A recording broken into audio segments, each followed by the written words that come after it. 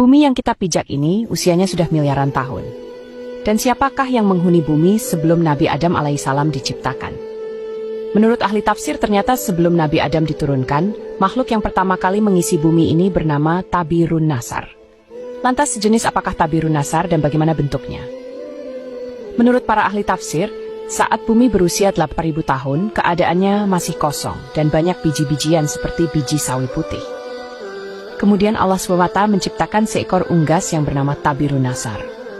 Menurut sebuah riwayat pula, ketika Allah menurunkan Tabirun Nasar ke bumi, Allah berkata kepada Tabirun Nasar yang berbunyi, "Wahai Tabirun Nasar, makanlah olehmu biji sawi itu sampai habis. Apabila telah habis biji sawi itu, engkau akan kumatikan." Maka unggas Tabirun Nasar memakan biji sawi tersebut.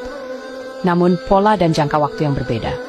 Pertama, Tabirun Nasar memakan biji sawi 1 butir per hari, kemudian semakin menipis, ia memakannya 1 biji per bulan. Takut akan kematian, sampai-sampai ia memakannya 1 tahun sekali. Meskipun ia memakannya hanya 1 tahun sekali, pastilah biji sawi itu tetap akan habis, dan akhirnya unggas Tabirun Nasar pun mati.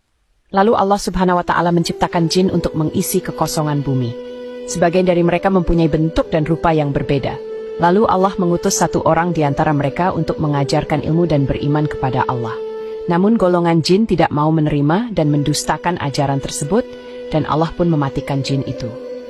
Setelah Allah SWT menciptakan Tabirun Nasar dan jin untuk mengisi kekosongan bumi, dan kemudian Allah mematikannya. Selanjutnya, Allah hadirkan makhluk yang berpasangan dan wujudnya seperti bintang yang keluar dari neraka. Kemudian, lahirlah dari pasangan makhluk tersebut sebuah anak yang diberi nama Azazil.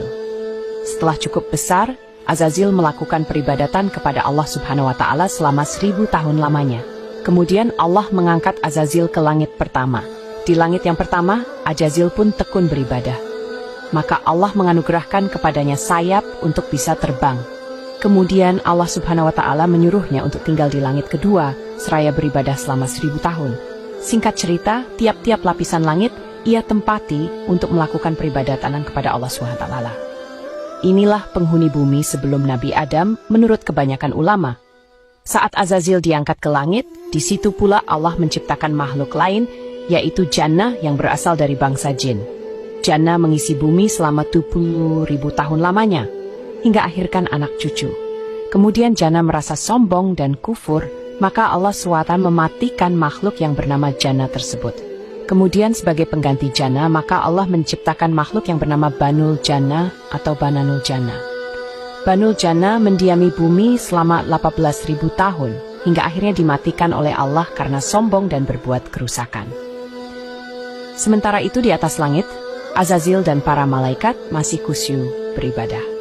Hingga pada suatu waktu, Azazil mengajukan 1 permohonan kepada Allah Subhanahu wa Ta'ala untuk diturunkan ke lapisan langit ke-6 dan berbuat kebaikan kepada Allah.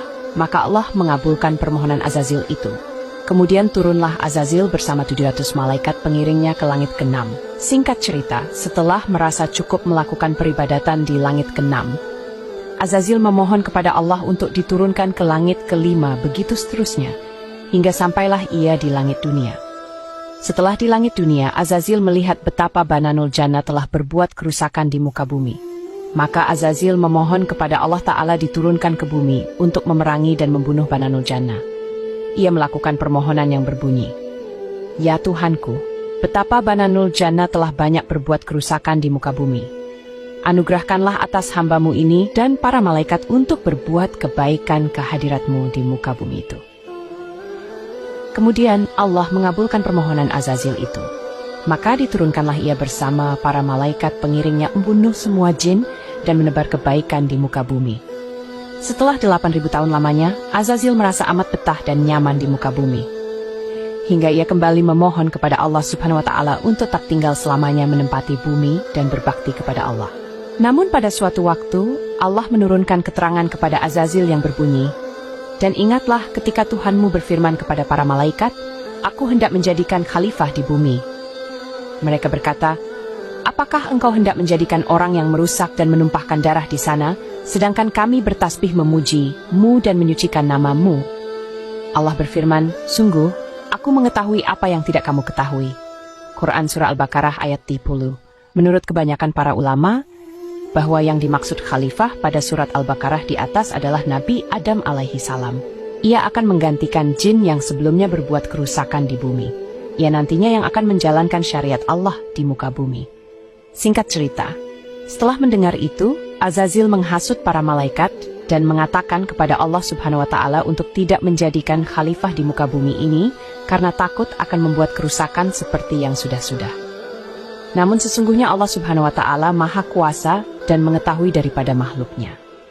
Setelah penciptaan Nabi Adam alaihi salam, Allah memberikan pengetahuan dan ilmu yang luar biasa dalam dirinya.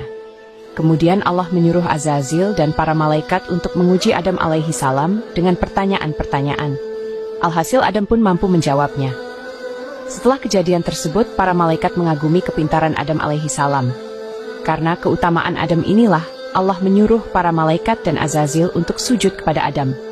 Sontak para malaikat pun bersujud kepada Adam atas perintah Allah, kecuali Azazil.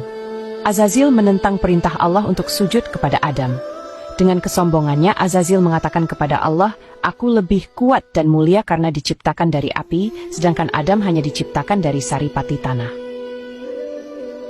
Singkat cerita, setelah mendengar pengakuan Azazil, Allah Subhanahu wa Ta'ala murka dan melaknat Azazil menjadi iblis atas keangkuhan dan kekufurannya.